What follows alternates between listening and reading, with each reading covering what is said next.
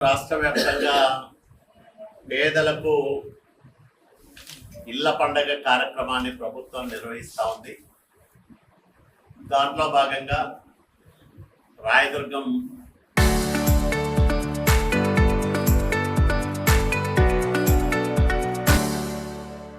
పట్టణంలో మనం ఈ ఇంటిని ప్రారంభం చేసుకున్నాం.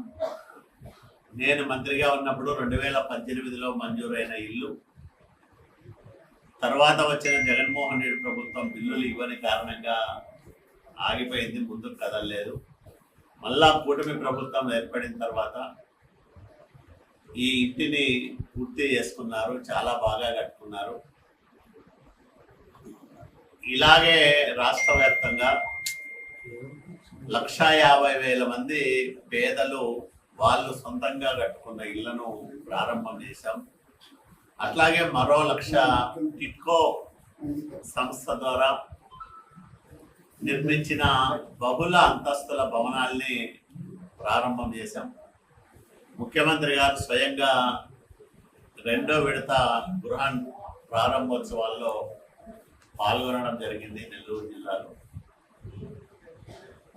తెలుగుదేశం ప్రభుత్వం ఉన్నప్పుడు 14-19 మధ్య కాలంలో గృహ నిర్మాణాల్ని ఒక ఉద్యమంలాగా చేశారు. సామూహిక గృహ ప్రవేశాలని 3 సార్లు ఒక పండగలాగా నిర్వహించాం. దాదాపు 10 లక్షల పైచిలుకు ఇళ్ల నిర్మాణాన్ని పూర్తి చేయడంతో పాటు మరో దాదాపు 6,25,000 ఇళ్లను నిర్మాణ పనులను ప్రారంభం చేశాం. వివిధ దశల్లో ఆగిపోయినాయి. అప్పట్లో ప్రభుత్వం మారిపోవడం, మళ్ళీ కూటమి ప్రభుత్వం వచ్చినాక పేదల ఇళ్ల పథకానికి అత్యధికమైన ప్రాధాన్యం ఇస్తా ఉంది. అందులో భాగంగానే ఈ 2 ఏళ్లలో 2వసారి గృహప్రవేశాలు, సామూహిక గృహప్రవేశాలు జరుగుతూ ఉన్నాయి. 2,50,000 రూపాయలు ప్రభుత్వం సబ్సిడీ, కేంద్ర ప్రభుత్వం 1,50,000, రాష్ట్ర ప్రభుత్వం 1,00,000 రూపాయలు ఇచ్చిన BLC ఇల్లు ఇది. ఇదే కాకుండా టిట్కో ఇల్లు కూడా నేను ఒకటే రాయదుర్గంలో ఉండే ప్రజలకందరికీ కూడా విజ్ఞప్తి చేస్తా ఉన్నా. ఇల్లు లేని పేదలందరికీ కూడా పక్కా ఇల్లు ఉండి ప్రారంభం చేసిన టిట్కో ఇల్లు 1,007 ఇళ్ళ నిర్మాణ కార్యక్రమాలు కూడా అప్పట్లోనే దాదాపు 80-25% పూర్తి చేశాం. వైసీపీ పాలనలో 1 ఇంచు కూడా ముందుకు పోలేదు. 5 ఏళ్ళు ఆగిపోయినాయి. మళ్ళీ ఈ మధ్యన ముఖ్యమంత్రి గారిని కలిసి విన్నవించడం జరిగింది. పనులని కొనసాగించమని ముఖ్యమంత్రి గారు ఆదేశించారు.